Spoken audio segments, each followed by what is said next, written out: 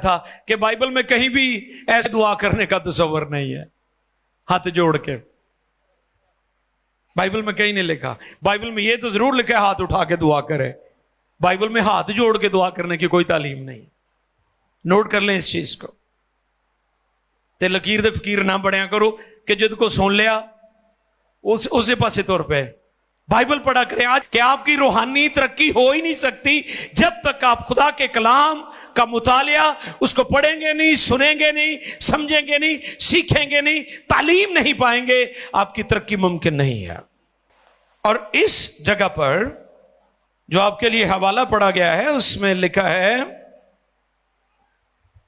پس خداوند فرماتا ہے کیونکہ یہ لوگ زبان سے میری نزدیکی چاہتے ہیں اور ہونٹوں سے میری تعظیم کرتے ہیں لیکن ان کے دل مجھ سے دور ہیں. دوسرا حوالہ تھا یوحنا کی معرفت لکھی گئی انجیل 4 باب 23 اور 24 آیت ہے. مگر وہ وقت آتا ہے بلکہ اب ہی ہے کہ سچے پرستار. ٹاپک کیا ہے آج آپ کا؟ سچے اور نام نہاد یا جعلی پرستار. اچھا جی, بلکہ اب ہی ہے کہ سچے پرستار باپ کی پرستش روح اور سچائی سے کریں گے کیونکہ باپ اپنے لیے ایسے ہی پرستار ڈھونڈتا ہے. خدا روح ہے اور ضرور ہے کہ اس کے پرستار روح اور سچائی سے پرستش کریں. Thank you. میں نے پرستار کی تعریف آپ کے درمیان بیان کی. کیا ہے جی پرستار کی تعریف؟ فارسی لفظ ہے جس کا مطلب عبادت, پوجا, بندگی, تپسیا. اور لفظ پرستش سے پرستار یہ بھی فارسی کا لفظ ہے جس کا مطلب ہے پجاری, نوکر, غلام, شدائی, عاشق. کتنے زبردست یہ معنی ہے ان کے.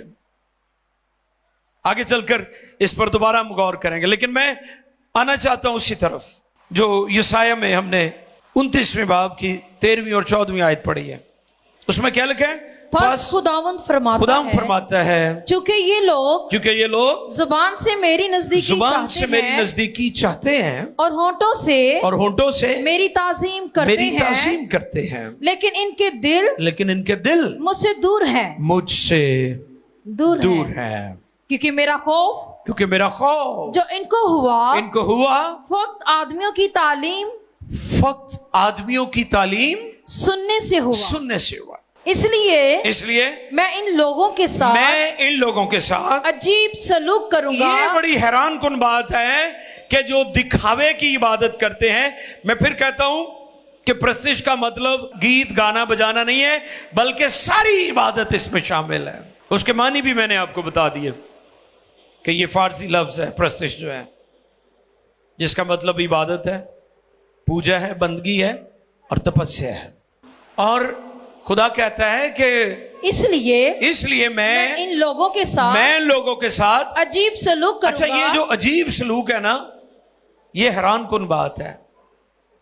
یعنی خدا دکھاوے کی عبادت کو ناپسند کرتا ہے اور الٹیمیٹلی حتمی طور پر پھر خدا ان کی ججمنٹ کرتا ہے. اور کیا کرتا ہے؟ میں